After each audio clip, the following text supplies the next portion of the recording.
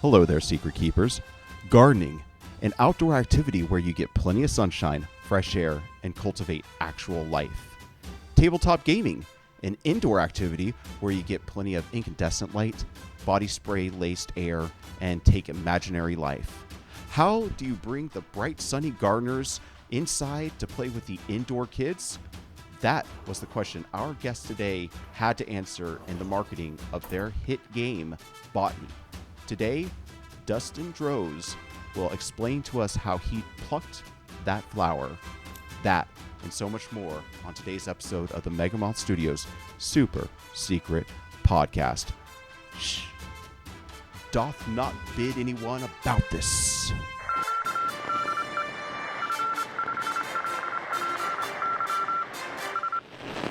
Welcome back, Secret Keepers. I'm your host, smoky-eyed emo boy, Joel Watts, joined as always by... Danny, questioning your mastery of the English language. Yes, sir. I mean, who better to master it from than the great bard himself? But today we are joined by Dusty Droz of, and I intentionally didn't ask you how to say this, Dusominium. Close. How was that? Close. Ducks, okay, well, you yeah. I think the official Latin is Dux Somnium, but we say Duxomnium. Duxomnium? Yeah. I can say Duxomnium. Yeah. Anyways, you are the designer of the Kickstarter juggernaut game Botany. What is up today, Dustin? I'm doing great. How are you guys doing? Yeah, doing pretty good. All right. Well, today we are going to answer that question, as well as we're going to be talking about planting game ideas, growing communities, and harvesting profits through your journey of launching Botany on Kickstarter. But before we get into the weeds, let's stop and smell the flowers with our question of the week. Oh, God. All right, Dustin. You're going to be the first one to answer, if you don't mind. So you, I'm sure, have heard of the game Love, Marry, Kill. For writers, I'm going to switch it up and say read, watch, ignore. And I'm going to give you 3 Victorian-era writers, and you tell me which one you should read their books, which one you should just watch the adaptations, and which one should just be lost to the dustbin of history. Are you ready for these 3 names? I hope they're not offended. Yes. Well, they're dead. So. And if not, we have bigger problems than them being offended. That could be a game by itself. Yeah. Okay. Yes, sir.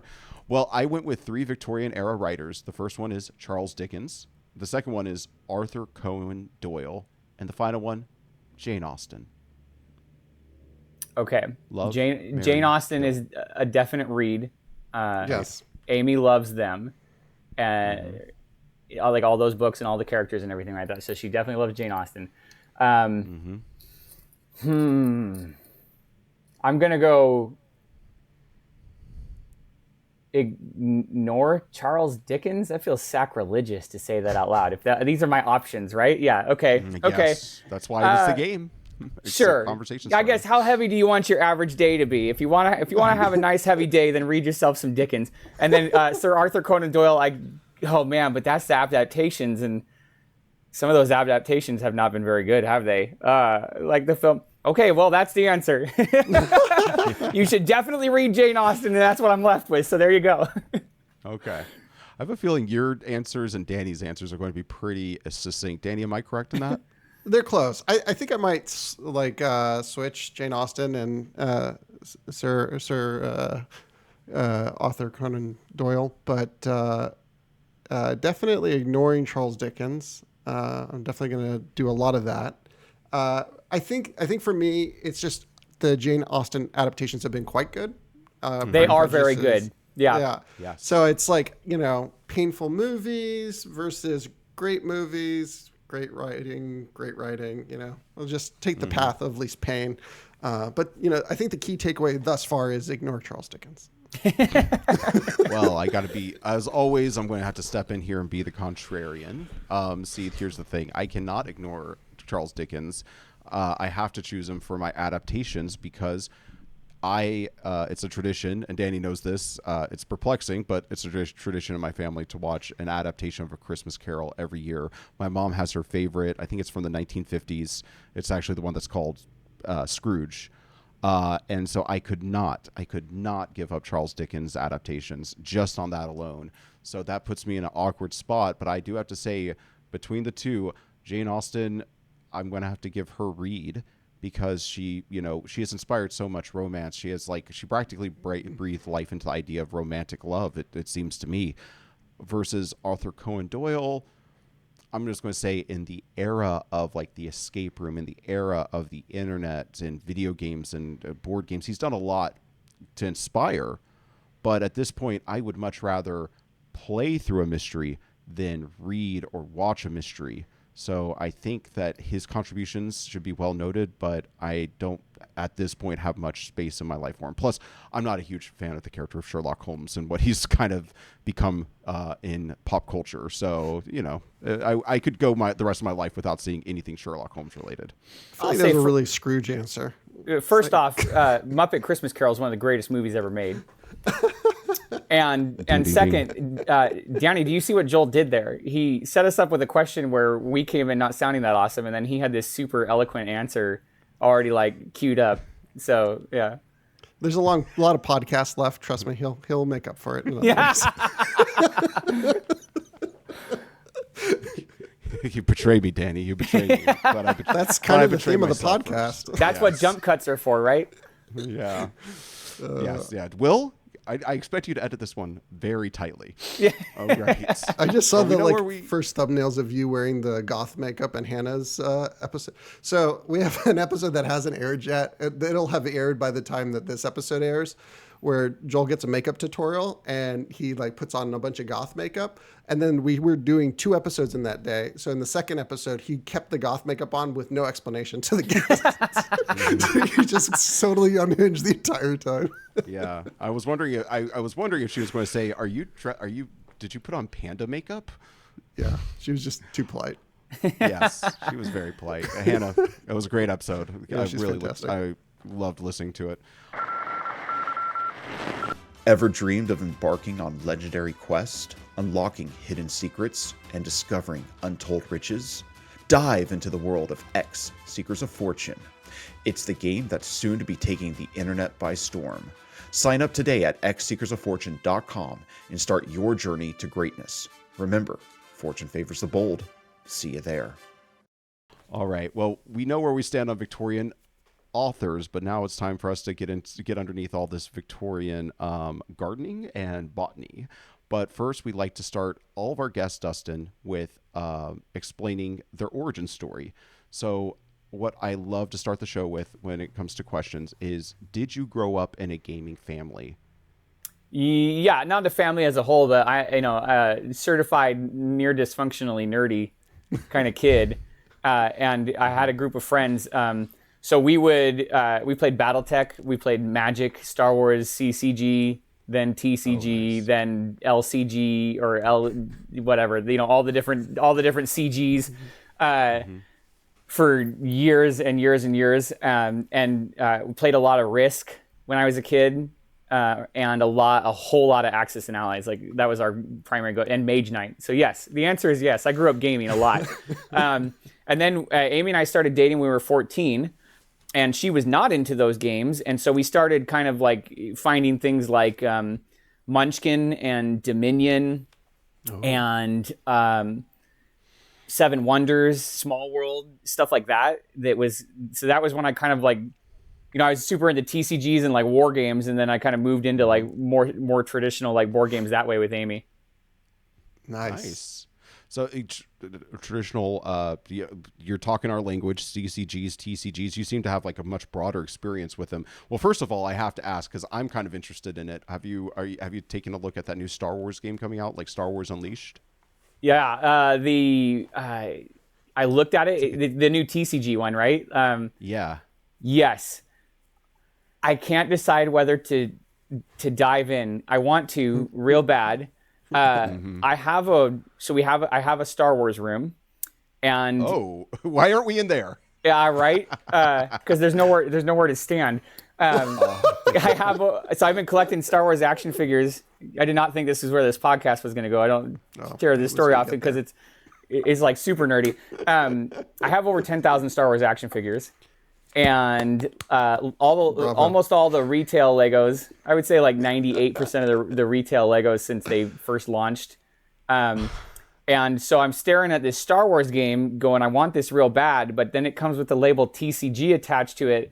And that's like a commitment, right? Like I play Magic every day. A relapse. My kids play Pokemon. Like my life is very full in the TCG department. It's like, can I take another one of these? But also I think I already know the answer because it has Star Wars attached to it that I probably will be getting it. Yeah, I've got exactly one Star Wars figure in my closet. Do you want to guess what character it is? Darth Vader, Stormtrooper, Luke, or Chewbacca are the 4 most common Star Wars action figures. Joel? Oh, do you want me to guess? Yeah, go for it. I mean, I know your favorite character. I'm going to take a outside pitch and say it's Boba Fett. Okay, hold on 1 second. Let me check because I forgot. No, but I completely understand. Well, I'm looking forward to seeing your house if we ever get to come over for a visit. I really just want to marvel at your. Do you have display cases? Dustin wins.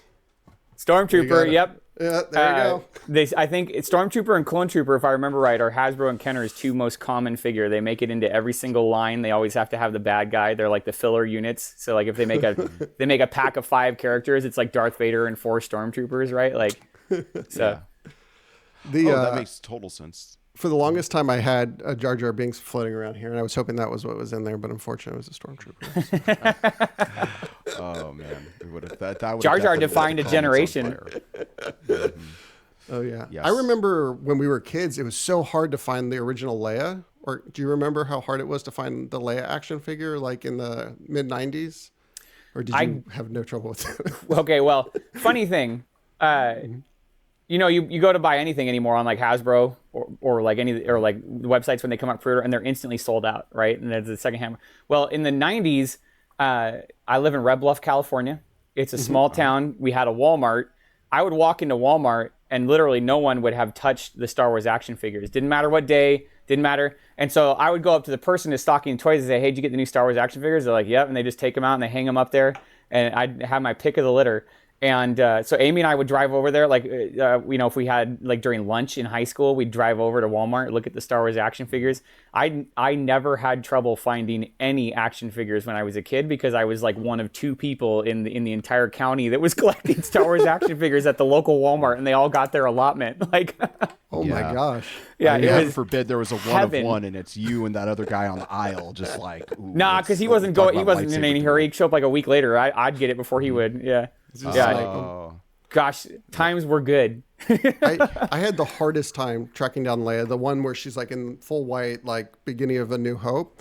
Yep. And I would go into Target and I would look around, and of course it was never there. And then like one day I was just like, man, I bet somebody got in here before me and they hid it somewhere. So I'm just like walking around and like I'm in like the magazine aisle and I'm just running my hand underneath it. And like I feel something, I pull it down and it was Leia. And I was like, are you kidding me right now? Danny, you used the Force. Yeah, I remember that magic. It might have been me that was hiding it, waiting till I had enough money from irrigating the ranch. Yeah.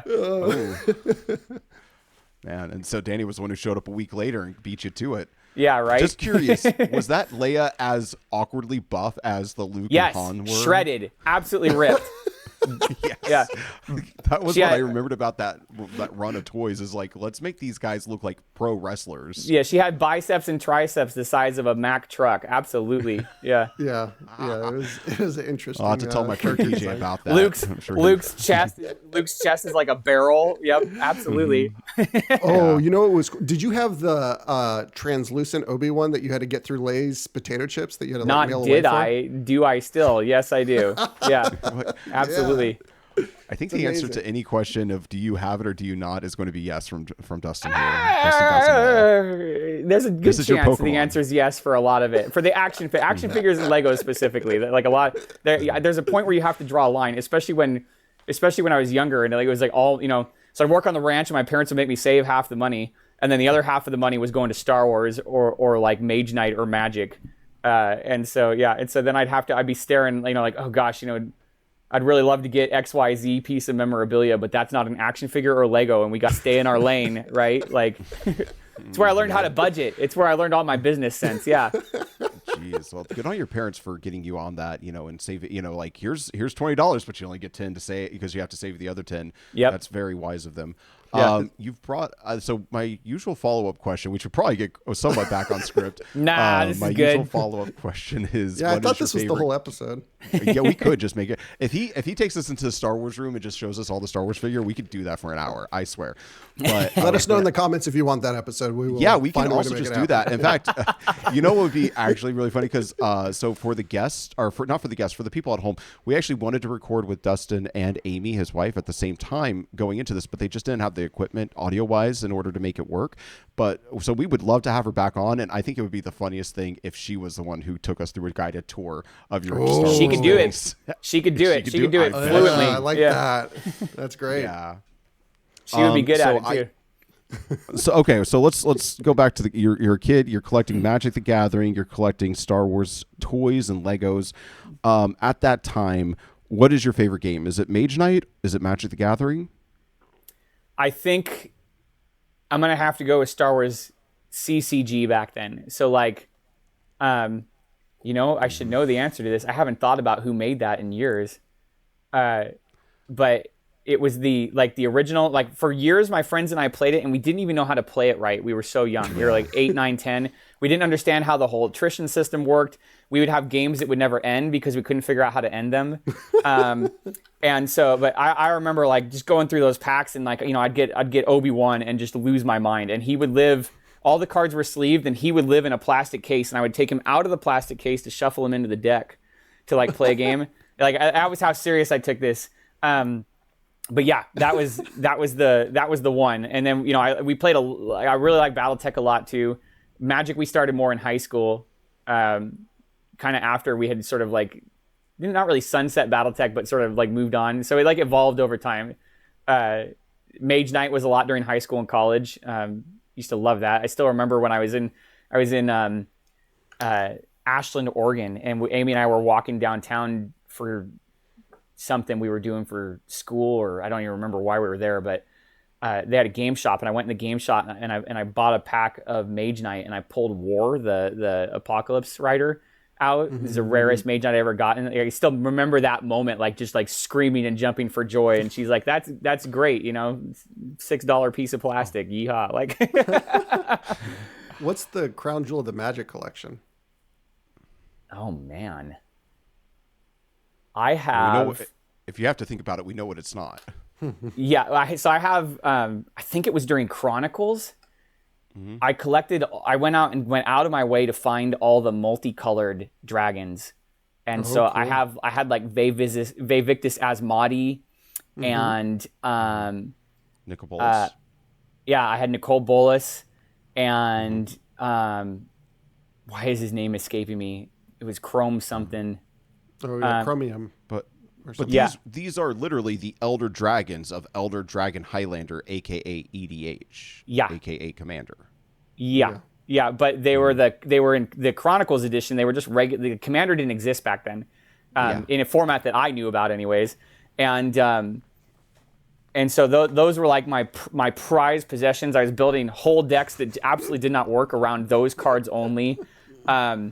And just a kid collecting random Magic. Now when I play online, I've got all the, like, whatever the meta deck is, like, Ortsav Amalia is like killing it this week, and I have that deck already built perfectly. The pulling it off of Untapped and everything. Back then, I had none of that. I couldn't build a cohesive deck to save my life. So I was like, oh well, this deck is gonna be like green, blue, black, and red, and I was doing it just to get these 3 Elder Dragons in the deck, and that was the whole reason.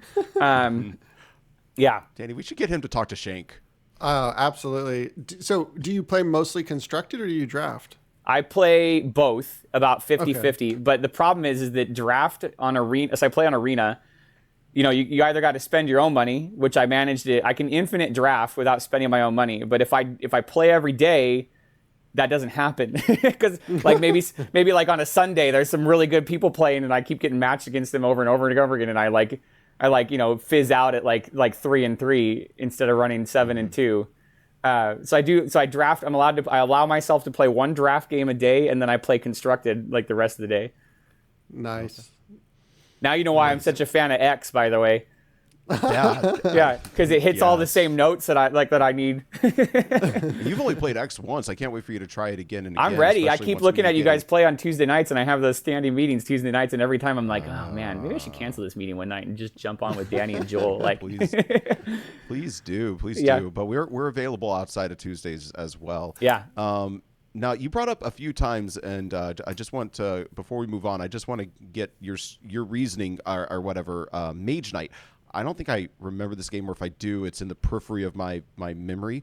Can you tell us more about Mage Knight really quick? Yeah, do you know what HeroClix is? Have you seen that one at all? Because that was kind of bigger later than Mage Knight. It's made by WizKids. There's still Mage Knight things floating around, but I haven't looked into it for years, and I don't think it's the same thing as it used to be. But it used to be, so you'd buy a blind pack, and it would have 4 or 5, depending on the set, figures in it, and they were like, basically like just little miniatures like you get with D&D. I think WizKids might make the D&D stuff now, like that you can buy like the D&D blind packs. Well, it was that. And so same as HeroClix, the character stats are on the base, and as it takes damage, you click the base and its stats decrease. So like health decreases, attack decreases. So as it takes more damage, things get weaker. And so like some things were like, like glass cannons, and some things were really tanky, and even as they were taking damage, they weren't getting weaker. And it was like a tabletop war game, so you had to measure distances and do all that stuff.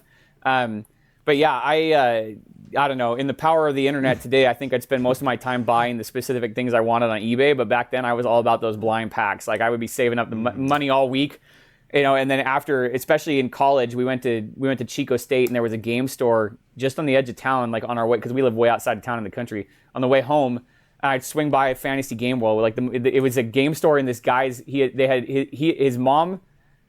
I'm way off track here. His mom was the first, like when the guy was a kid, there were no comic book stores in Chico, and Chico's like a town of 70,000 people. It's not it's big for around here, but it's not a big city. So she opened the first comic book store in Chico in the 70s, and she did it by converting she took her garage door off and she put a window storefront on her garage door. So you're pulling up to this guy's house in his neighborhood. And then as he got older, he started selling tabletop games. So this is where I went and bought all my Mage Knight, all my Magic, all my Star Wars. I'd go to Fantasy Game World. Literally out of somebody's garage. Yeah, but it had a door and windows, so it looked very official. But yeah, but then you go inside and you're standing on the cement in the garage. It's California, Danny. It's literally the Wild West. Yeah, I don't know. I don't know. I should have asked him. He eventually went out of business, and now I drive by there and they reconverted it into an actual garage, and I like look at this place going, this looks so weird. It used to be fancy. But now I look at it and I'm like, it's not even that nice.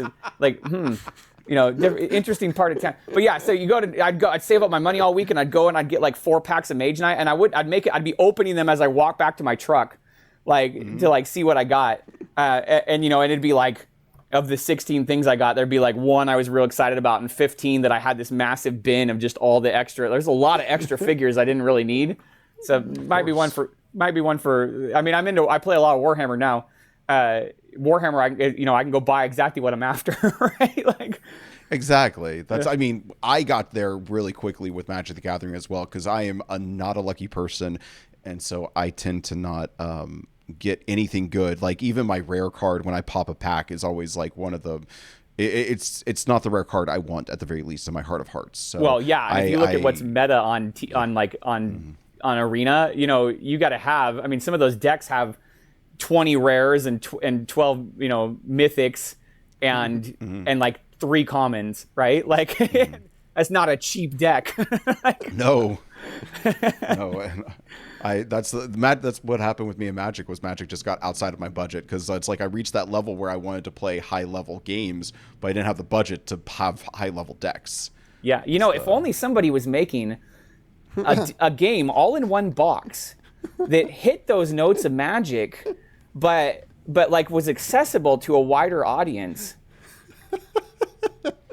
If only. Yeah. Do go on. We should get on that. Yeah, I think so. I think we could whip something up in about a week. That's how long it takes to make a game. I bet it looked pretty darn good too. Awesome. Well, so I guess so we can trade jabs about, or trade little tidbits about game design. Let's get into your game design history. We know you're a gamer. You're a core gamer right here. Mage Knight, Magic the Gathering, Battletech. of that. Yeah, Warhammer. So obviously, when you came to this table to make a game, you had a lot to pull from. So Botany is the game that you're releasing now. But was Botany your first game that you ever designed, or is there something else out there that didn't quite make it past prototyping? We started with another game. We started getting art. We started discovering. I wanted miniatures, but I wanted it to fit. I wanted it to fit the sort of the same market space level that Botany does, and still with miniatures, but kind of more like you could swap them in and out. You sit down and play the game in 45 minutes to an hour. So it was kind of like an all-in-one box kind of thing, but with the idea that there'd be additional expansions, get new characters, stuff like that. And I started to discover real fast that it was costing us like $2,000 a character to develop. And that was with, we'd go out, we'd get art, maybe $500, $600, $700 for the character and some environmental stuff that they needed to go with them. But then the sculpt was another $600, $600. And I was getting some real good sculpts made. And then, tooling on a miniature is $700,000, $800,000, $900,000, depending on kind of miniature you're going to have made. And so, if we were going to launch the base game with 20 characters, you're looking at about $40,000 worth of development cost just on the characters, not to mention the other stuff you're working on. And so we were kind of like, okay, well, we'll just keep going. We have 3 other businesses, and so it was just kind of something that evolved out of some other stuff we were doing, and we're like, well, we'll just keep working on it. And I went into the kitchen one morning, and Amy was standing there. She's like, okay, I had an idea. She's like, I was thinking about making another game about because we have a flower farm and don't sell many flowers, but we sell a lot of flower presses, which are 2 pieces of wood and dry the flowers, press them in between. Amy's like, I want to make a game about collecting flowers, and I said, okay, that sounds pretty good. There's sort of non-traditional, non-fantasy, non-sci-fi game themes out there like Wingspan or stuff like that. I'm like, yeah, there's a market for that. Okay, and I was like, so what's the story? And she says, oh, well, I'm thinking that I've been reading all these books about these Victorian guys. She has lots of old antique books. All these Victorian guys that would go out and travel the world in search of flowers, and they'd bring them back to England, and they'd get fame and fortune off of just having been to somewhere in South America and found a really rare flower and brought it back.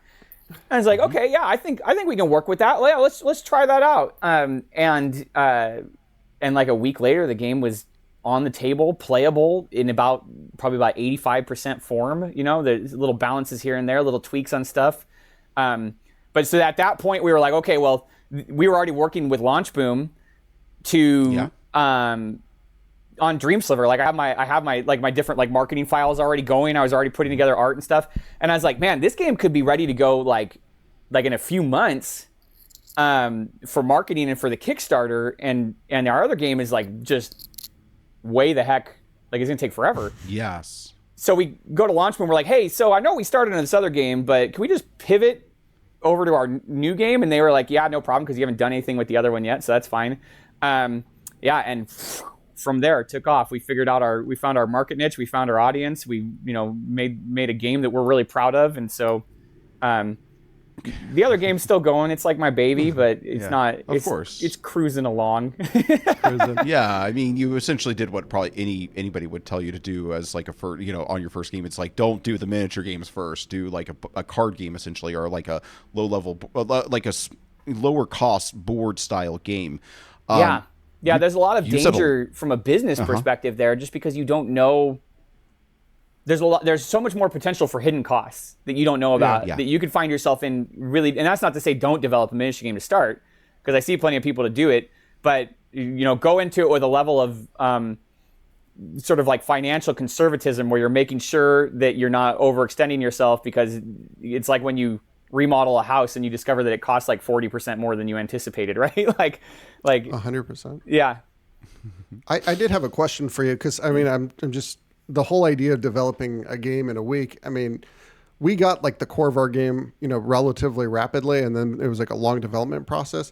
What was like the first seed of like a mechanics idea? Where did you start? Can you tell us a little bit about like the progression of developing the actual mechanics of the game? Yeah, so we do things slightly backwards. One of the first things we start with is art, because we use historical art, and so we need to make sure that there is art to even support the ideas we have. So sometimes we'll kind of float an idea and then verify the art, or Amy will have art. So for like for our game LaFleur that's coming up over my shoulder here, we were designing it, and Amy's like, well, I have all this incredible flower art. I want to use this flower art. And we're like, okay, well, what mechanic would fit for that? And so we tried a few things, and then we found one that just like clicked instantly, and it all worked perfectly. So in LaFleur, the flowers are the currency that you're using to build your chateau up, like the different garden features and stuff. But for botany, and kind of the same thing for LaFleur, so we kind of start with art, and we also start with like, what's the story? And for us, it's like super easy to design if we're just like, what's the story, what makes sense, and what mechanics could kind of represent those things. And so when I said to Amy, I was like, okay, that sounds good. So what's the story? And she's like, well, you're a Victorian flower hunter, and you're going around the world, you're getting flowers. So instantly, world map, right? There's a map of the world. We searched forever to find a map that would be big enough to print on a game board. And we found the map we wanted from 1867, but we couldn't find a version of it that was the right size and that wasn't like hadn't been edited by somebody else. And so I spent weeks like scouring the internet. I was sitting eating breakfast one morning, and I found this map dealer in Chicago, and I called him up, and he answered the phone. I'm like, hey, you have this map from 1867, and it says you have it in stock. I just want to see if you have it. And he's like, oh yeah, I have it. And he's like, I'm like, do you have, it says on here you can do digital scans. He scanned it big enough to make a 12-foot billboard at 300 DPI for us. Wow. Yeah, it's a gargantuan file. And then he shipped us the original map. So we have that map, bought it from him. So the game board is all based on a real map. Okay, so that's the idea. So we have a world map, and you're moving around the world, and there was some balance that had to be struck there. Like, okay, we got to hit the right speed to get around the world. Make sure that people are doing enough expeditions to feel real. So like there was game control stuff, but the map was there within the idea of the map, and we just had it drawn on paper, like a bunch of sheets of paper put together. And we were using every pack of Pokemon cards comes with the code that you can scan into the system. Yeah. Well, we kept all them because we thought we could use them. So we wrote on with Sharpie on all these Pokemon cards. So we're playing the game with Pokemon scanner cards and the map. And I said, okay, well that's cool. So how do we make this interesting? How do we make traveling around the world map interesting? And she's like, well, the stories that they had were just crazy. This guy's on the side of a volcano, and the volcano's erupting, and they're still looking for flowers, and they're falling in pit traps, and they're getting involved in getting chased by the locals in whatever country who are unhappy, thinking they're spies or that they're stealing stuff, in which case some of them were smuggling and stealing things, and so completely justified on that one. But okay, and I was like, okay, so this is like stories. These are like little stories that what if as they're going around, you're pulling event cards, and the event card is like, okay, you decide to take a nap on the side of the road, and you wake up and there's a bull with his face right in your face with the biggest horns you've ever seen, right? Well, how do you deal with that? And we're like, okay, well let's have a dice roll, and see like do you end up screaming for miles down the road as you're stuck on the bull's horns and he's running away with you, or do you pull out your jacket and wear him out and then run away once he's exhausted or something like that, right? And it's like, okay, but that's just that's super random, like on that with the dice rolls. So what how would they prepare for this? Well, they'd hire crew, and they'd have pets, some of the like the pet falcon. They have hounds that they would travel with. They'd have items, right? And so they'd have like binoculars and climbing harnesses and backpacks, and so then the expedition deck was born, where you can hire crew and you get pets, and as we went with this, we just started getting more and more ridiculous, where we're like, well, this guy would be super cool if he had like a pet tiger. That was a thing people did, right? So there's like a tiger in the game, right? Or when I first started writing the event cards, Amy did all the art and all the graphic design. I did all the writing. When I first started writing them, it was like real simple. Like, your pack mule is feeling stubborn today, and then you roll, and if you have like something that helps you with like with charisma, right, with charm, then maybe he'd be less inclined to break all your stuff. And if it was bad, then you're more likely to break your stuff. So the mitigation doesn't work as well. By the end, it was like, Amy found this piece of art, and it was a drawing of this botanist had seen a bear being attacked, like trying to get into a beehive, and so the pictures of the bear like swatting away like swarms of bees or mosquitoes or some big swarm that he was like trying to get into. And I'm like sitting there going, what would my ridiculous like flower explorer do here? And it's like, you see a bear dancing in the wild, and you're so overcome with whimsy that you decide to join him, right? And then if your prowess, which is if your combat ability is high enough, then you're an incredible dancer, and you and the bear form a bond of friendship that lasts a lifetime, and you get to get a pet card out of the deck, like you gain a pet. And then, if your prowess is bad, the text just says, it's bees, you fool, flee, right? Like, and so, the more ridiculous the card is, the more likely it was to be true. But we just started to really lean into that towards the end. But yeah, that's how all the gameplay came together. And then they take them home and they gain prestige, and the queen declares.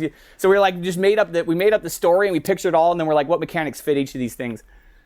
I love that. That is fantastic. First of all, I just want to say, was that Bear Bee artwork just the inspiration for Winnie the Pooh, or what? Yeah, right. Yeah, could have been. There's a lot of stuff in there where you're like, oh, this is where that came from, right? It's like the first known instance of some just completely random thing, like. Yeah, it's for sure. And so in game design parlance, we could say that Botany is a top-down designed game. You had the art and the concept and the themes, and you would figure out how to turn them into mechanics from the top down, correct? Yeah, let's go with that. I actually don't. Amy, so Botany is technically a pick up and deliver and tableau builder, and neither of us could have said those phrases until people started saying them to us. They're like, describe your game to me. And they're like, what's the mechanics? And I'm like, well, you go around the world and you get things, and then you get all this gear and stuff. And like, like we were like saying, we're drawing inspiration from like Dominion, like game design concepts in Dominion about speed and variability and all these things. And, but I couldn't describe them to save my life. So top down sounds good. Yeah, I think that came from Mark Rosewater, one of the main designers of Magic the Gathering. I do know who Mark is, yeah. Yeah. He would say that there's top down where you have the theme, like Innistrad, they designed top down where they had the theme of like grim fairy tales and Victorian, like vampires, Victorian goth, vampires, werewolves, and so they took all that and they found the tropes and put them into the game. Versus bottom up is like you have the mechanics and then you start finding themes to put onto the mechanics. Yep, and then. And that, so yes, so that's why I say it sounds like you did the top down design, finding. I agree with that 100%. Yeah, for sure. Which I think is a beautiful, now that I've done the process, I think top down is a beautiful process. I think it's actually maybe the better way of going in some ways. I used to think, oh no, bottom up that's pure. It's all about the mechanics. But now that I've done it, I'm like, no, you have to have some form of theme in order to guide you. You need that North Star of the theme of the story that you're telling.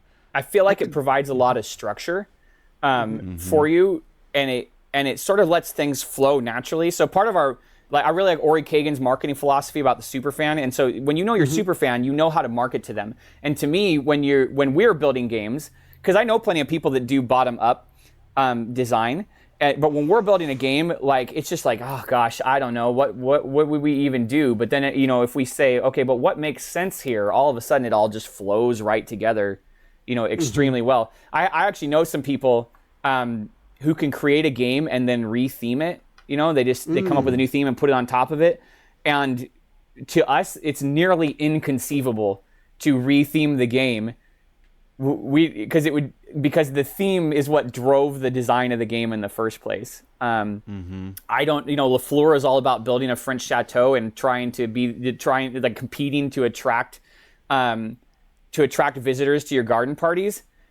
I love it. Don't even ask me where to start retheming that. I mean, maybe if it was a bunch of French birds and they were attracting like all we would be doing is making the people anthropomorphic, right? The story is still there, right? Like, I mean, that might just be a good idea to do with the what is it? The marketing, like birds dressed like people. Oh my God! Oh sure, yeah, sold, right? Yeah, yes, yeah. But I do feel you.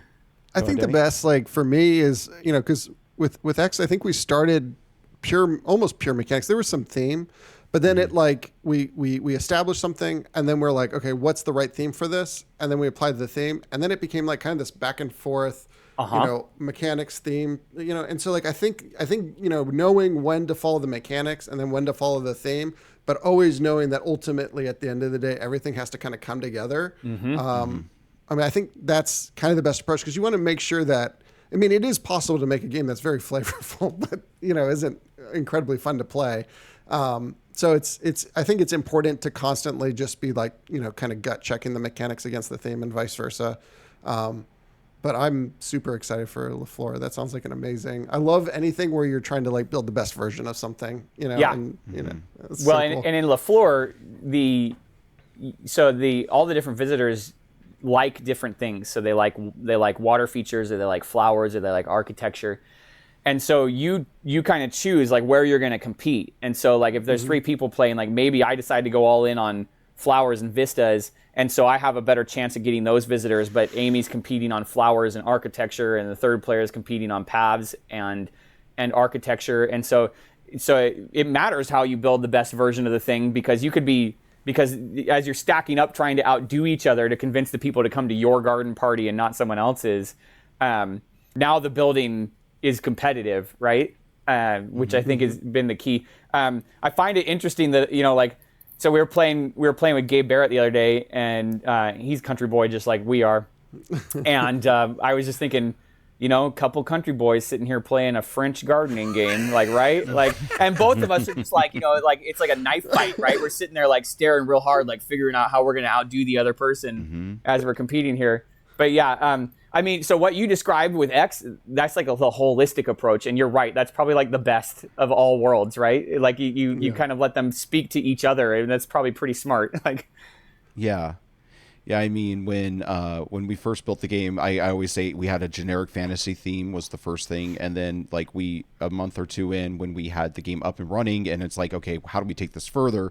That's when we made a list of like all the different ideas we could have, like what can all these things be representing. We had science fiction themes, like retro futurism themes, I think maybe even some like cooking and things like that. And it just like when I forget if I landed on it, but I do feel like it was like I thought, okay, adventure in Indiana Jones style, and for some reason that stuck so hard with me that I think I pushed for it pretty hard, and it fit like a glove. Yeah, thank you. Yeah, I think it's really cool. I like the idea of building an adventure like that, and there's nothing, there's definitely nothing wrong with fantasy and sci-fi games. I have a ton of them and I love them to death. But from a differentiation standpoint, right now it becomes a selling point. Like, how many Indiana Jones style games have you played that were also card games? I can't think of any off the top of my head, right? Boom, already you've sort of built yourself a place in the market. Exactly. Yeah, 100%. I mean, and I think Joel was really wise to like key in, because when I brought it to him, the big thing that I wanted was, it was a fantasy world where they were trying to search for a lost civilization. And he's like, well, there's a really easy way to keep all that and then move it into a less crowded genre. And so clean. Very good call on his part. Oh yeah, it was also just at the end of the day, you want to make a game that you want to play, and it's like you said, I love card games. I love Indiana Jones. How many card games look like Indiana Jones, right? Yep. Yeah. Exactly. Cool. Well, that is like, I think in asking you one question about botany and the prototype, you answered all my questions about botany and the prototype.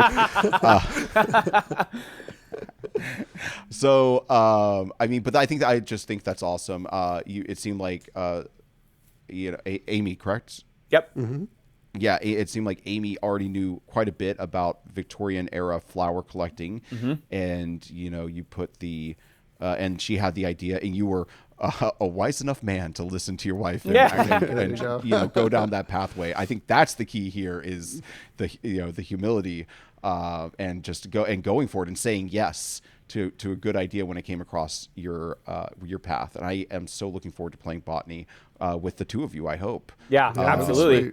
And by the way, if you want to take a tangent on business philosophy there, we figured out a while ago on a system called Wealth Dynamics. And the whole idea of the system is they have this big wheel of like, what are you good at? Do those things, and then hire other people to do the things you're not good at, and you will find your wealth in life. I am very good, and I'm not afraid to say it, at running a business. at analyzing all the different things that can go wrong, at building systems to mitigate risk, at building systems to make efficiency, to do all those things. Amy on this Wealth Dynamics system is a creator, and she cannot stop creating. This is not an exaggeration. We have 30 game ideas that we could start tomorrow. Wow. She's already started pulling art for at least 10 to 12 of them. We have our next game already going after LaFleur, already in process. And so we went to the guys we work with at Golden Goose, and we were like, hey, here's all these ideas we have. What do you think the next one should be? Like, we picked one, and we're going to go off of that for the next one. She cannot stop creating. You give me a creator, and I can teach him how to make money forever. And so when Amy has an idea, I have learned, like, she's a genius. She can create for days, maybe tweak this, and this, but all I have to do is just give her an environment in which she can just create and thrive. And then I'll figure out what to do with it. and part of it was to turn it into this incredible board game that she came up with. So yeah, no, you're a dynamic duo, to say the least. That is wonderful. I think Danny and I have a similar philosophy about business dynamics and wealth, but we hadn't put it into a term yet. What was that term you used one more time? Wealth Dynamics is the name of it. If you Google it, they have a whole test that you can pay for. If you really want to go deep into it. But if you look at the wheel, all the different things, you can pretty much, who you are, and you can pretty much name like every person in your family what they are. Like, my dad cannot stop buying and selling things. He's a trader. One of Amy's brothers is an incredible salesman. He can sell for days. He's a seller. My sister is all about like social media and connections and stuff, and she's really good at doing business stuff on that regard. She's what they call a star. Some of the names are kind of weird. My job is technically Lord, but I'm not really lording over anything. I'm just creating the systems. So it's Lord and mechanic. I like sit in between the two, and mechanics create systems and Lords sort of run things. But that's not to say that they command all the others. It's just that they're more like, they sit back and they look at the map of the kingdom, and they try and figure out where all the pieces fit together, right? And so you can look at that and know who you are. But Wealth Dynamics is what it is. If anybody out there listening wants to look it up, and I think it does a real good job of helping you understand that you don't have to be good at anything. I hate selling, and I'm not particularly good at marketing. So I find people to sell. Like, that's the first reason I look for Launch Boom. Like, I'm not particularly good at marketing, not particularly into it. I need somebody to give me a system. Right? I found Launch Boom, and bam, now I have marketing, right? Found Golden Goose, now I have sales, and logistics and stuff like that. And so I think it just opens up, like, this is what I'm good at, and this is what I should have people help me with, and that's your path to wealth. So I like that. Yeah, we're gonna have to look into that, and we'll hopefully, if you're at home, definitely Google it, but we'll try to put it in the show notes as well, because that'd be cool. I think that's the little golden nugget we can all take away from this episode. At the minimum, is go and take a look at that and figure out where you slot in, because once you have identified your strengths and your weaknesses, you are practically unstoppable. Especially if you're social and you make bonds with people who complement you. That's what I've noticed. And with Wealth Dynamics, if you're not social, find somebody who is social to be social for you. Right? Yes. Exactly. Yeah. Well, I think Joel was alluding to it before, but one of the things that we always think about is like, are we spending our time doing our highest ROI activity, right? Like, is there something that we're uniquely positioned to do that has the greatest return on investment? And then, when we find ourselves doing things that, more people in our orbit could do, can we afford to pay them to do it? Can we outsource that? So we can just constantly focus on, where we can have the biggest impact on the business. You guys are already there. Yeah, you already got it. You just didn't have a name for it. Exactly. Yeah. It's it's like you think you've discovered the wheel, and it turns out Fords are driving all across the world. Yeah. Anyways, so we only have so much time today, and we really have gone deep on the first topic we wanted to get into, but we still want to rack your brain about a couple of other things. And you kind of alluded to it, Ori's superfan theory or system, however you want to say it. I know you have a specific superfan, so I was hoping you could talk about growing your community of superfans, finding and growing your community, and tell us who they are. Yeah, so our superfan is named Mary. She's effectively Amy. Amy's middle name is Marie, which is where we got to Mary. so when you sit down and work with Ori on this kind of stuff, he's like, okay, well, who is she? He or she. What does she like to do?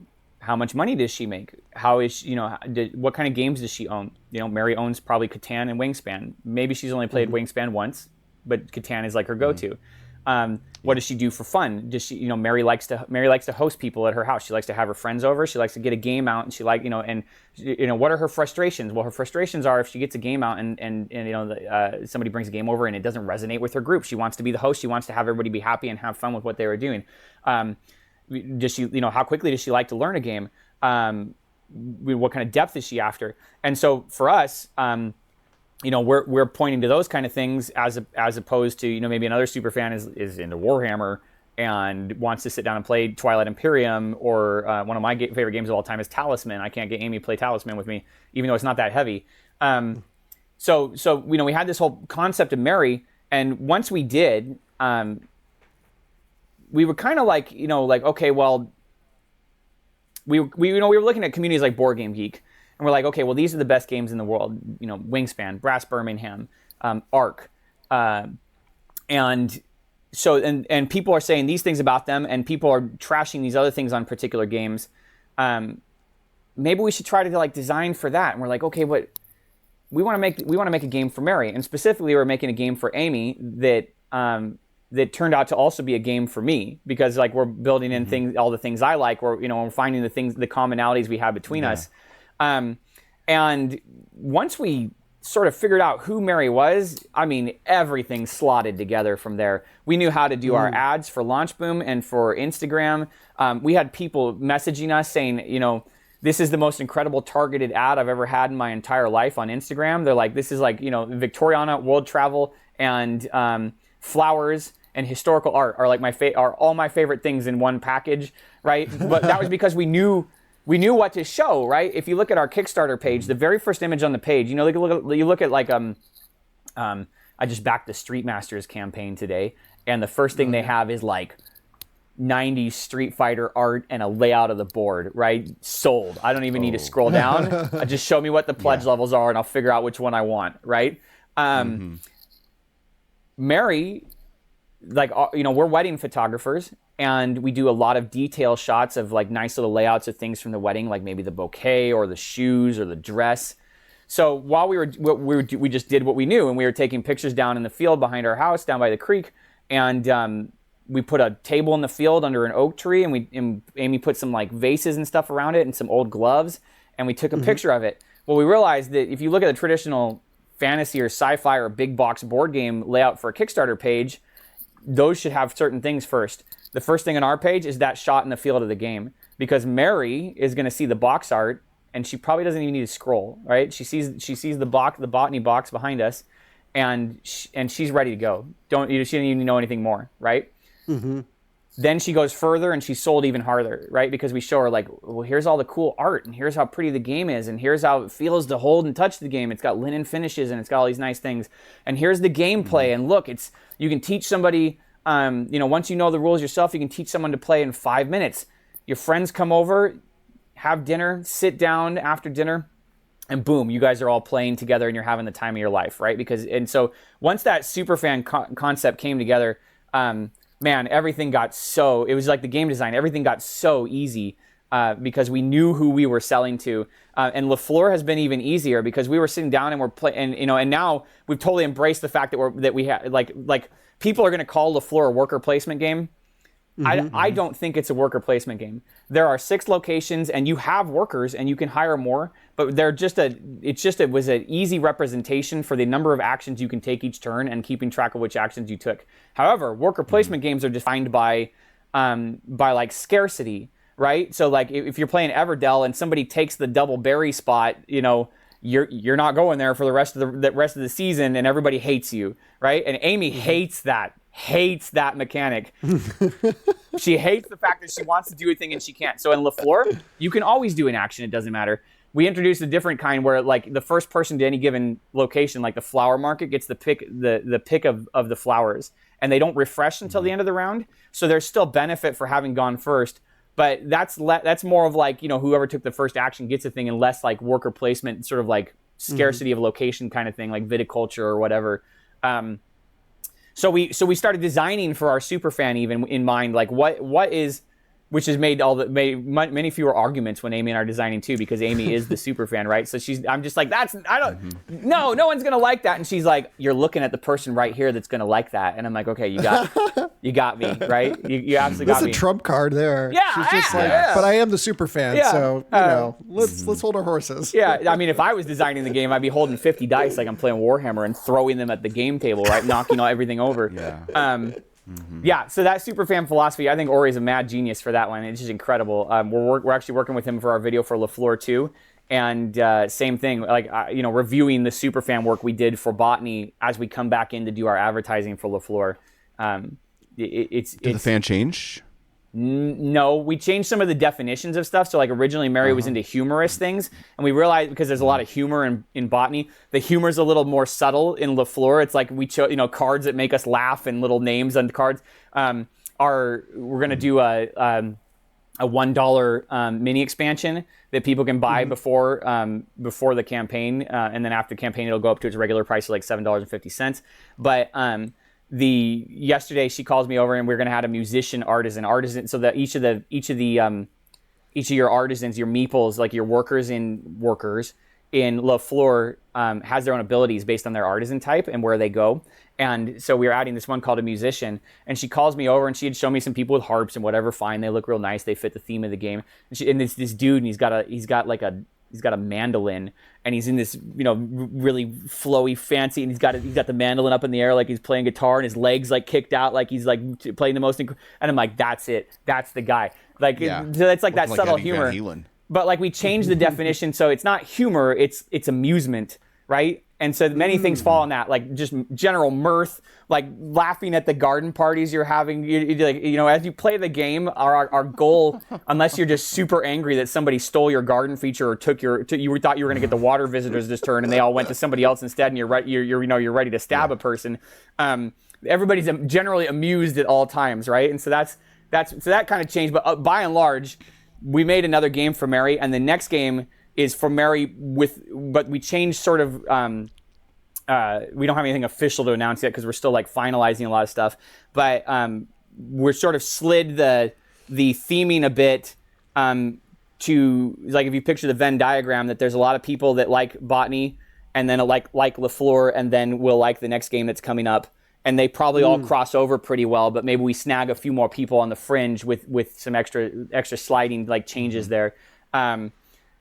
So that concept, even then, we've been able to go out and find like people who are like Mary adjacent, right? Like, and bring them into the fold. Maybe they like one or two of the things that Mary likes of the four key like pillars. So like when Ori talks about, he has like the super fan and then the casual gamer and then the general market, right? And maybe the general market only likes one of those things. But if you hit your super fan super hard, they start to pull people in who then become super fans. Somebody said we make games for gamers' wives. And somebody else said we make games for gamers' moms, but the gamers are still enjoying the games too. So part of me thinks maybe we just make games for gamers also, but they're games that are easy to pitch to their wives and moms and stuff. And so we're embracing that wholeheartedly. Well, I think it's so interesting. There's something there. I was just going to say, Danny, I mean, there's something there that I think we're in good company because we feel like X Secrets of Fortune is a TCG for people who don't play TCGs. It's like, I'm a Magic player. I'm not going to get my family to play Magic, but I could bring X Secrets of Fortune over and for Thanksgiving and teach even grandma how to play it. Yep, 100%. Yeah, and that accessibility, that's a big market. Like, everybody on people look at Board Game Geek and they think that is the market, and it's not. It is a market. And if you want to compete on Board Game Geek, know your super fan, know the kind of person that's on there. But Amy didn't even know what Board Game Geek was until February, March of last year. Never even heard of it. I had seen it occasionally, but the average person walking through Target or that's in a shopping center and they see one of those really cool local game stores that's set up with nice displays and everything, they don't know what Board Game Geek is. They come in and this first time they've seen Ticket to Ride and they're like, what is this? There's a big wide open world out there to bring people into the game market through games that are accessible like that. Not to say that you shouldn't make the other games. because you do what you're good at, do what you like, make a game that you like, but also make a game that a lot of other people will like, so that you have an easy time selling it. Yeah, I think that just studying what you did with botany and talking to Laya about kelp, one of the commonalities I see is you brought in all these people with botany that were Marys, right? People who were into the Victorian era stuff, who liked the flowers, who were not necessarily gamers, but the game resonated with them perfectly. It was like, finally someone made something that I can interact with that lets me experience all the things I like. Similarly, with kelp, they really focused on the marine biology. They found people who were interested in all those things. It wasn't gamers. So, as we have gotten deeper into this process, Joel and I have realized, okay, we need to find the people who like lore and legend and myth and adventure and archaeology, not so much just TCG players, but the people who like the theme.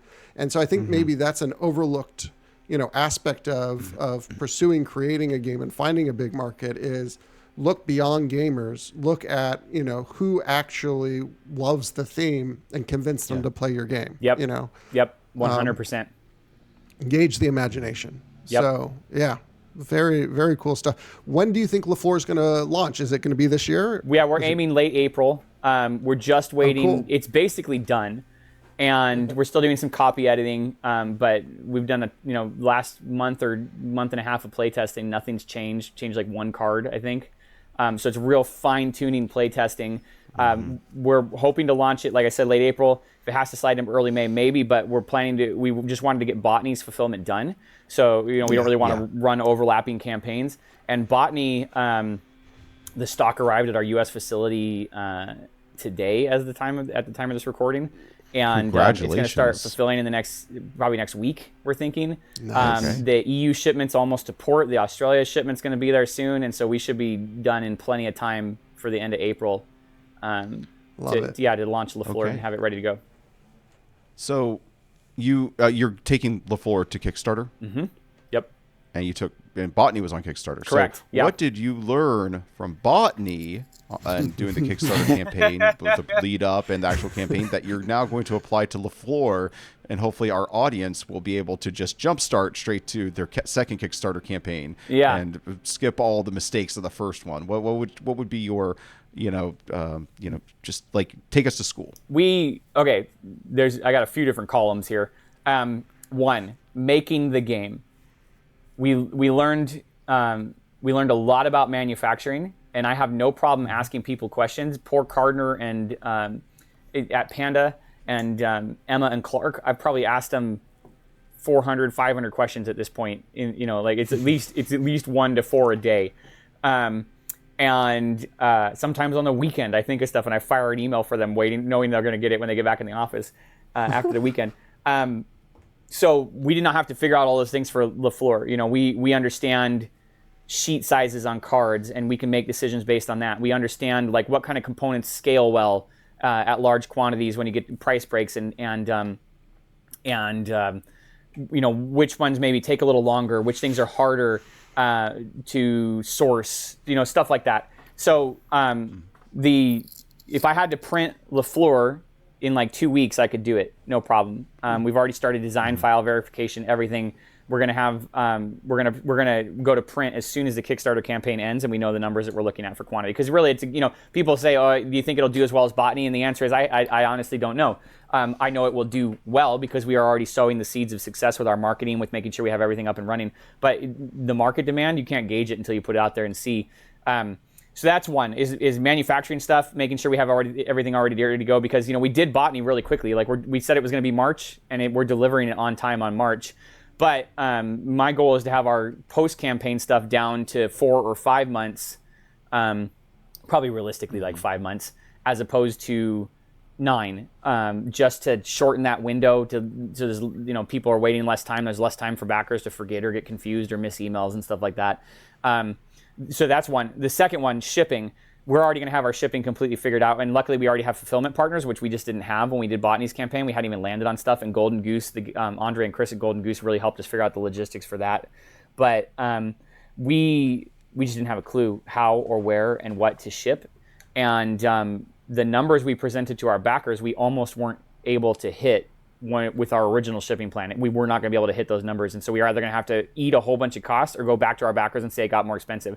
Luckily, with their help, we found shipping providers. We came up with shipping plans and everything that got everything back into the range. And almost everybody on our campaign, there were a few just really random places we didn't understand were going to be hard to ship to, like Brazil is really expensive for some reason. India is very expensive to ship to. For us personally in our project and our hubs, it's different for everybody. Yeah.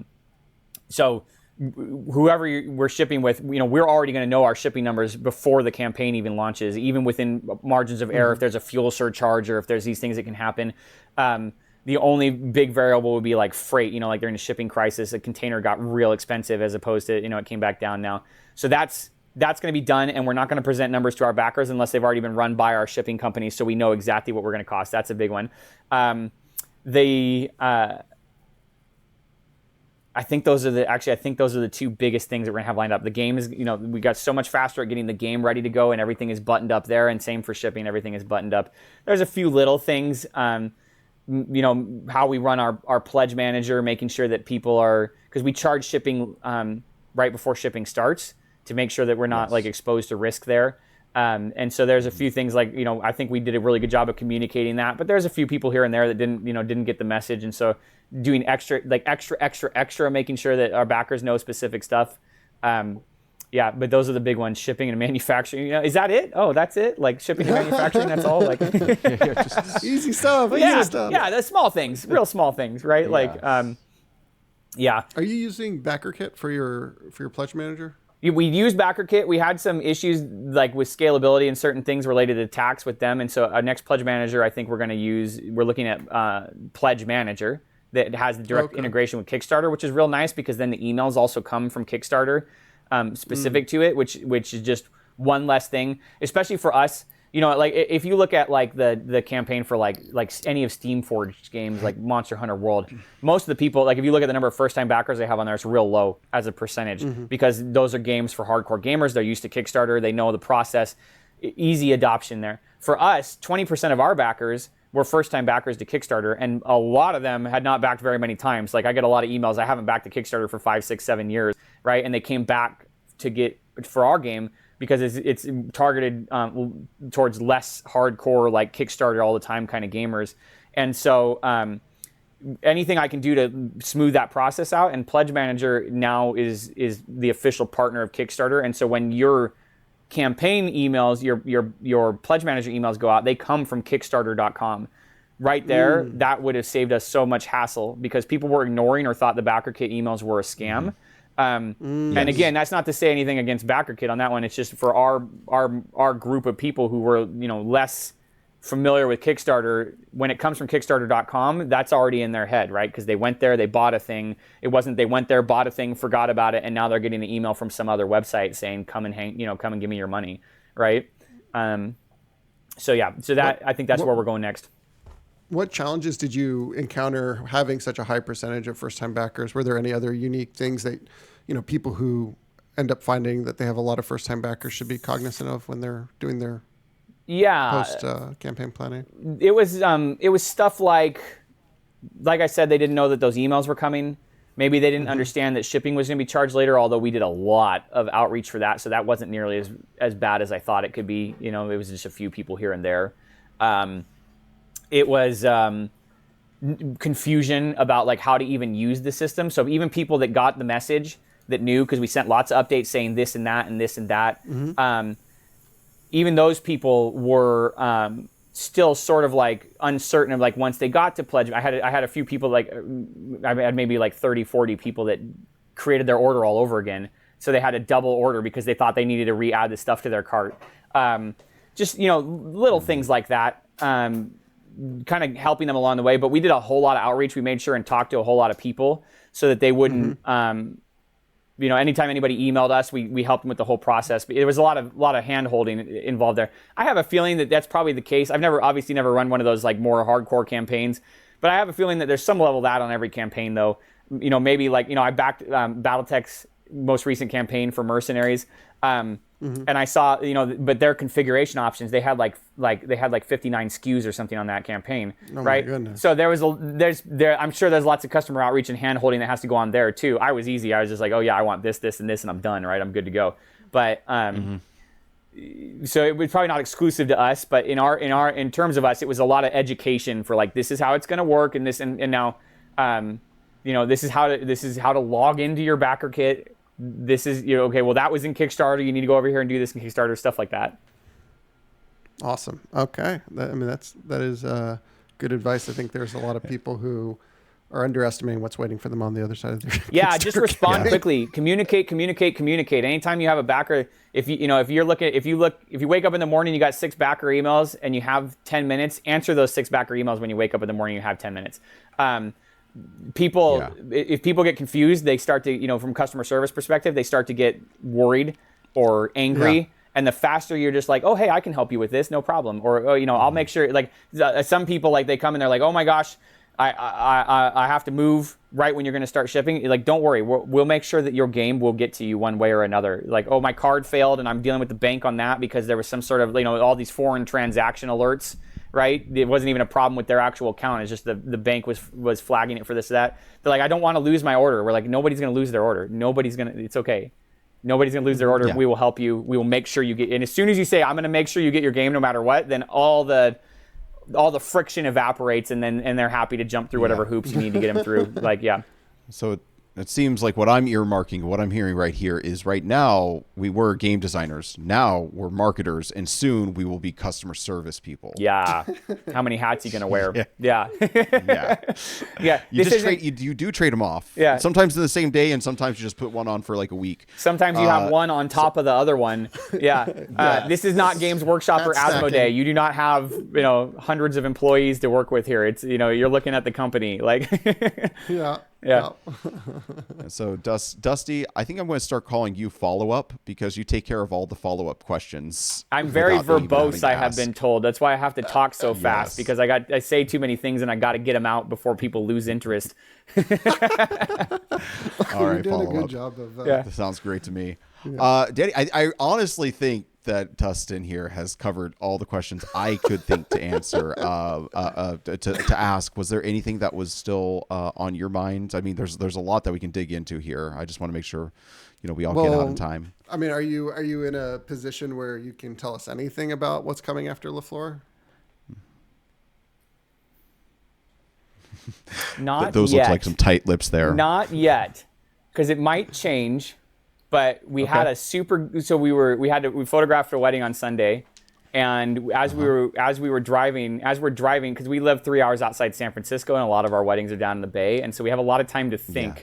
And as we were driving, I had an idea, and so I started telling Amy we spent about an hour designing what I think is going to become the core gameplay. We knew the theme. We had already started pulling art, but we weren't sure how it was all going to come together. And I think there's a big group of people out there that I think the market could be really good. It's very much like I said, like that Venn diagram. So it's not like we're making like a space opera, right? Star Wars now. Like it's still very much in line with our kind of themes and stuff. But yeah, we're not quite there yet to start telling people what it's about. We're getting close though. I'm excited about it. Like, Will there be flowers on the box? knowing Amy, probably. Actually, you know what? I take it back, because she showed me the box a few weeks ago, and I completely forgot about this, because I cannot even begin to describe how many creations Amy makes. And so the one thing I didn't appreciate with Botany, and I'm bragging on Amy, not myself here, is that we've started to get a lot, especially now that it's getting into people's hands, like it's in the fulfillment center. We have advanced copies that have gone out to content reviewers. We've been sending copies to retailers and stuff that came with our early shipment when everything got on the boat. We had some stuff air freighted. And the feedback we're getting is this is they're saying this is beautiful, this is incredible, this graphic design is amazing. And when Amy showed it to me, I just said, yeah, it looks good. Yeah, because I'm used to it. Because I see it all the time, all day long. She's making stuff, and I'm just like, that looks really nice. And I know it's good. You saw all the iterations. Yeah. I'm sure. well, even the early iterations looked incredibly good. Yeah. And so now she just like, she's like, okay, here's 17 versions of the box I made. So I call it and I learned this from Amy, I call it the gladiatorial theory of decision making. If you're presented with a million options, it's very difficult to pick one of them. But if you're presented with 2 options, Yes. lives, dies, right? Boom. Yeah. Gladiatorial decision making. And so poor Amy with her creation, she'll show me 17 and I'll go live, die, live, right? And then she's like, okay, well now we have down to 7. I'm like, hey, now that I'm looking at these 7, die, live. Okay, now I got 2, live, die, done, right? And Yeah. she showed me a version of the box the other day, and I was like, now I know how people are going to react to it. But like with Botany and even when we first started with before lots of, people had seen the campaign page and stuff for Botany, but they hadn't held the game. And people are telling us all this incredible, like, this is just, this is amazing. Amy, who did the graphic design for you? Amy's like, well, I did it. And they're like, this is unbelievable. And I'm like, this is just what Amy churns out every day. Like, it's no big deal. She wakes up, she eats, she breathes, and she also creates all these amazing things. And so I think I had gotten too used to how good she is at this stuff.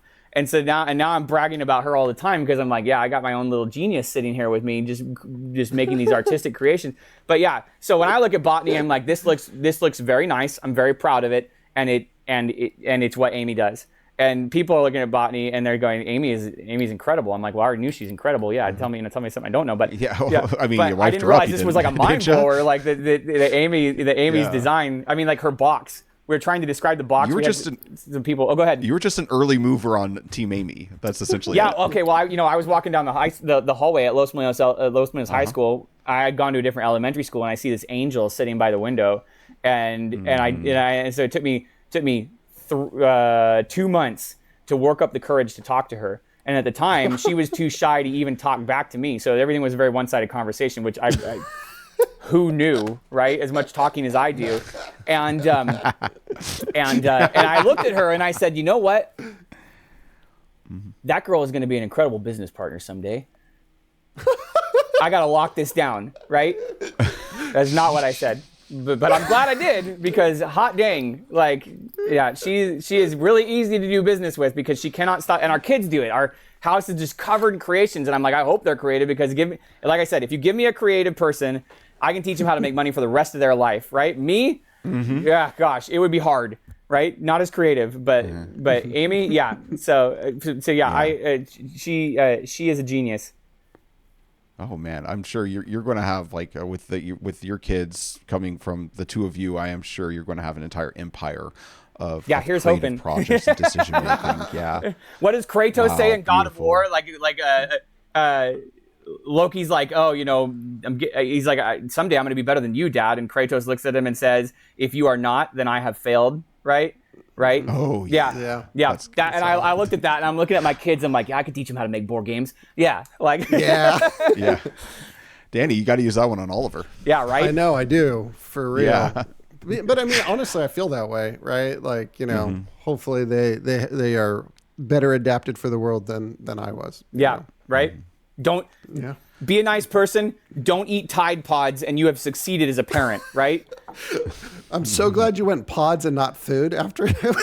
Yeah, right. I was like, what's wrong with Thai food? No. Tide Tide Pods. You know the challenge on TikTok where the Pods, kids are popping like laundry detergent in their mouth. That. Yeah. Yeah, No.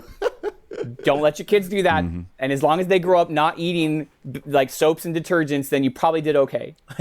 How did that even start? Like, how did people ever think that was okay? You know what? You figure out the answer to that, and you have solved war and world peace. Yeah. Yeah, the boredom and curiosity and creativity of young folk is something to behold. Yeah. And it's probably part of the evolutionary process. Yeah. Oh yeah. You know, just like how it's like, let's see what happens if our friend eats the Tide Pod. Let's challenge him to do it and see what happens. Maybe he gets superpowers. Social maybe he media trips craze. in a new way, or maybe he dies. And if he happens to die, then we know not to do it. Yeah. And that sums up humanity right there. Who knew that we were going to end up in parenting?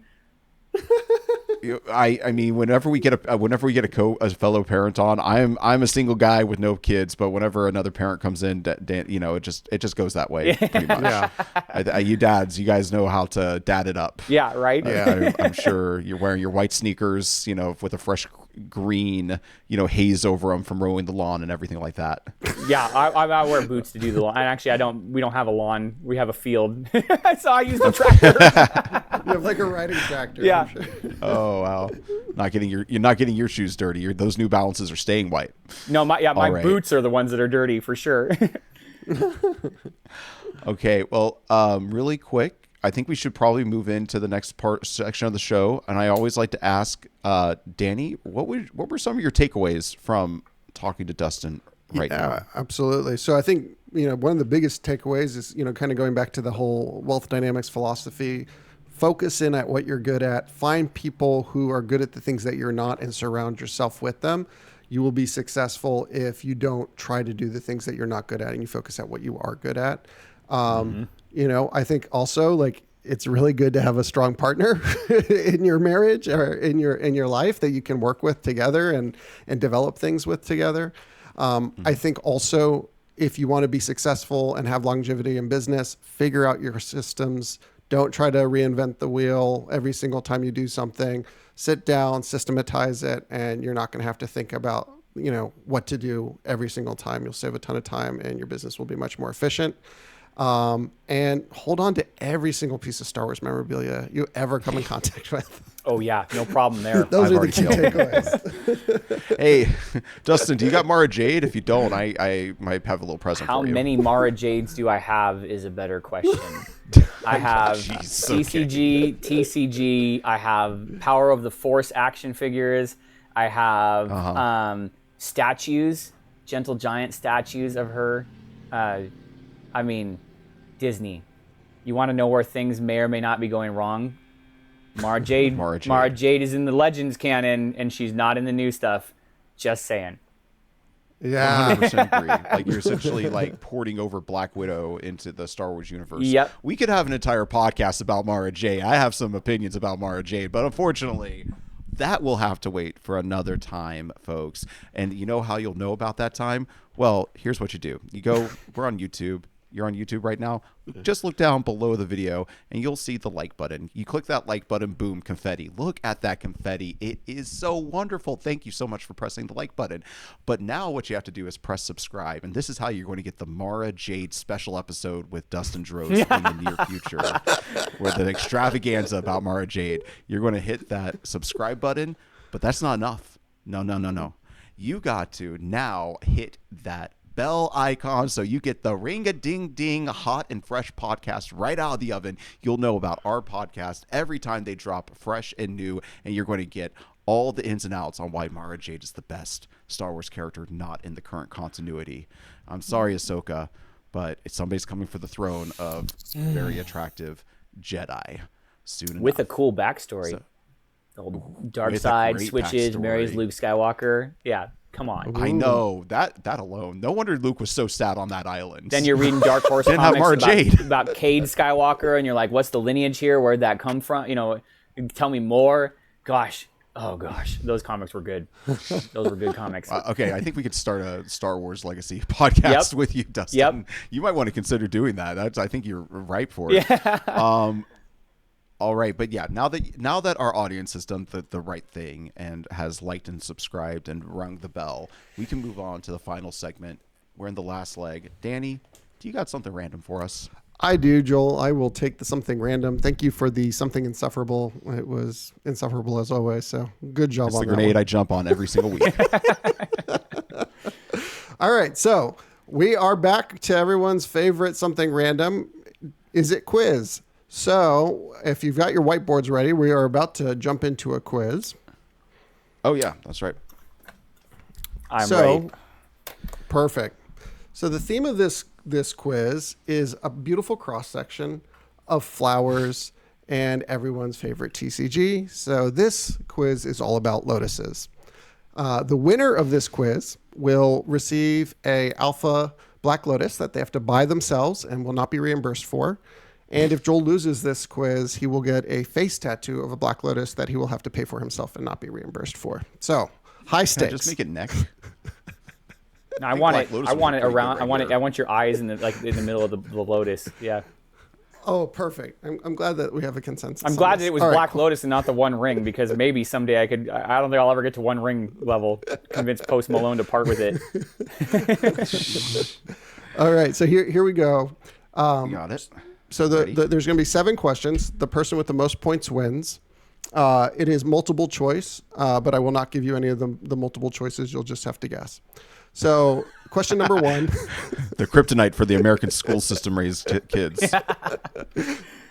The lotus is a symbol of purity and rebirth in many cultures, but in which ancient civilization was it specifically revered as a symbol of the sun and creation due to its daily bloom cycle?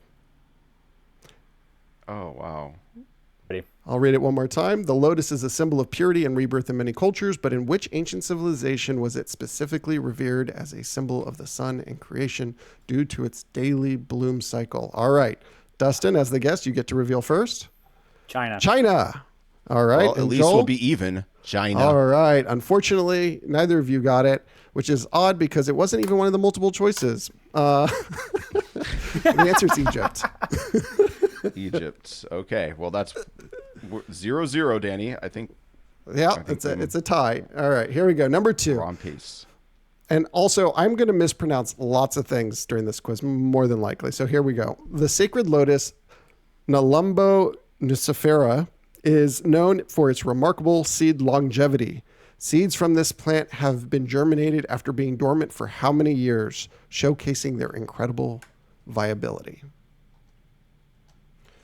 I'll read it one more time. The sacred lotus, Nelumbo nucifera, is known for its remarkable seed longevity. Seeds from this plant have been germinated after being dormant for how many years, showcasing its incredible viability? Dustin, what do we have? 3,000 years. Okay. And Joel? 1,000 years. 1,000 years. Okay. The answer is 1,300 years. Since Dustin had a Closest without 3 going in his over. guess. Yeah, I he'll went get over. The point. price is wrong, Bob. Yeah. Ding, ding, ding. All right. 0-0. All right. Here we go. Wait. Nobody got a point because neither of us got it exactly. Well, I said that Dustin got the point because he got the 3, and obviously that's the most important part. I'm on board with All this. right, 1-0. I am. Dustin is leading Joel. I'm right up here. These This is how the dang game quizzes. works. You know. No, it's not. Question 3. The lotus flower has a unique thermal regulation ability, much like warm-blooded animals. What is the typical temperature range it maintains regardless of its external environment? Reading it again, the lotus flower has a unique thermal regulation ability, much like warm-blooded animals. What is the typical temperature range it maintains regardless of the external environment? There is a chance that Amy might be able to answer some of these. A chance. I bet. I know. All right. Oh, sorry. I guess I already revealed. 60 to 70 degrees Fahrenheit, and it is 85 to 60? 65. So Okay. I did the opposite. I started with a big number. Okay. The answer is 5 to 10 degrees Celsius above ambient. I'm fairly certain that's what Dustin's answer translates to. So we're going to go. Really? 2-0. Can you show me that on the board? I don't have time because question number I feel 4 like- is I in feel like Hinduism. you're playing favorites. I don't have favorites, Joel. I just have least favorites. Yeah, I think these are following the rules that I was given before the podcast, for sure. Exactly. Yeah. Exactly. All right. You're right. Make good with number 4. In Hinduism, the lotus is associated with several deities. Which deity is often depicted seated on a lotus flower, symbolizing purity, beauty, and everything that is good? In Hinduism, I sure the hope lotus this is a Hindu associated deity. with several deities, which deity is often depicted seated on a lotus flower, symbolizing purity, beauty, and everything good. All right. Whenever y'all are ready. I will have to say the name out loud, I think. I'm ready. Okay. Dustin, what you got? Shiva. Shiva. Okay. That is a Hindu deity. And Joel, what do you have? I didn't spell it right, but Krishna. Okay. It is not either. It's Lakshmi. So it is still 2-0. I used to work with a guy named Lakshmi. I can't believe I this. think Apu name dropped in The Simpsons. I don't remember hearing Lakshmi in The Simpsons. Okay. Number 5, the lotus position, Padmasana, Padmasana is a significant posture in yoga and meditation. What aspect of the lotus flower does this position intend to emulate? Again, that question is the lotus position, Padmasana, is a significant posture in yoga and meditation. What aspect of the lotus flower does the position intend to emulate? By the way, I am amused right now. We were speaking about amusement earlier. I'm highly amused. All right, Dustin, what you got? The bloom. It's one of us. Bloom. Okay. And Joel, what do you have? I said the crossed leaves. The answer is stability and groundedness. So the score is 2 to -1, and we will move on to question 6. Which one did I get a negative point for? It's a cumulative thing. If you've gotten this far and haven't got any points, you lose a point. So that's just that's a top-down mechanic for this game. Number 6, the lotus effect refers to the highly hydrophobic nature of lotus leaf surface, leading to self-cleaning properties. The phenomena has inspired the development of what type of technology? The lotus effect refers to the highly hydrophobic nature of the lotus leaf surface, leading to self-cleaning properties. The phenomena has inspired the development of what type of technology? Okay. Waterproofing. All right. Waterproofing. And Joel, what do you have? I put microfiber. Microfiber. And the correction is self-cleaning coatings and paints. I think that's pretty close to waterproofing. So we're going to have to go 3 -1. And we're going into question 7 here. This one, Joel. I think he's just upset that I've beaten the last 2 guests, and he wanted to, put me back in my he humbled me. That's why I think it's I was He about knows to way say too that much about Colts. there might be a face tattoo incoming, but given the way the scoring works here, that's a decent chance I could still lose. Oh, wow. It is true. All right, here we go. Lotus seeds are used in traditional Asian cuisines and medicines. What unique nutritional component do they contain that is rare in the plant kingdom and beneficial for human health? Lotus seeds are used in traditional Asian cuisines and medicines. What unique nutritional component do they contain that is rare in the plant kingdom and beneficial for human health? It's like I'm just guessing. Like even which worse thing than that's before. constantly marketed to us in health commercials am I just going to throw onto the board? And I've decided. All right. Zinc. Zinc. Okay. I said amino acids. All right. The actual answer is omega-3 fatty acids. So since Joel has acids in his answer, he'll lose another point, and it will end with 3 to -2. Dustin is our winner, and Joel will have to purchase a very expensive face tattoo all on his own. Thank you, Dustin, for making that possible. Yeah, absolutely. Thanks, Wait, because I won Dustin. now, I get to go buy Black Lotus myself too, right? Yes, you Yeah, do. you're Okay. welcome to. Please post Yes. it. Show us online. We give you the permission. Just tell Amy Yeah. that, hey, you had to because we gave you the permission to. Let her know that it's what Mary would want. Yes, absolutely. Yes, Yeah. Mary exactly. likes flowers. She does. Yeah. And black is a very rare flower this is- color. Yeah. She's into it. Yeah, it's very, very...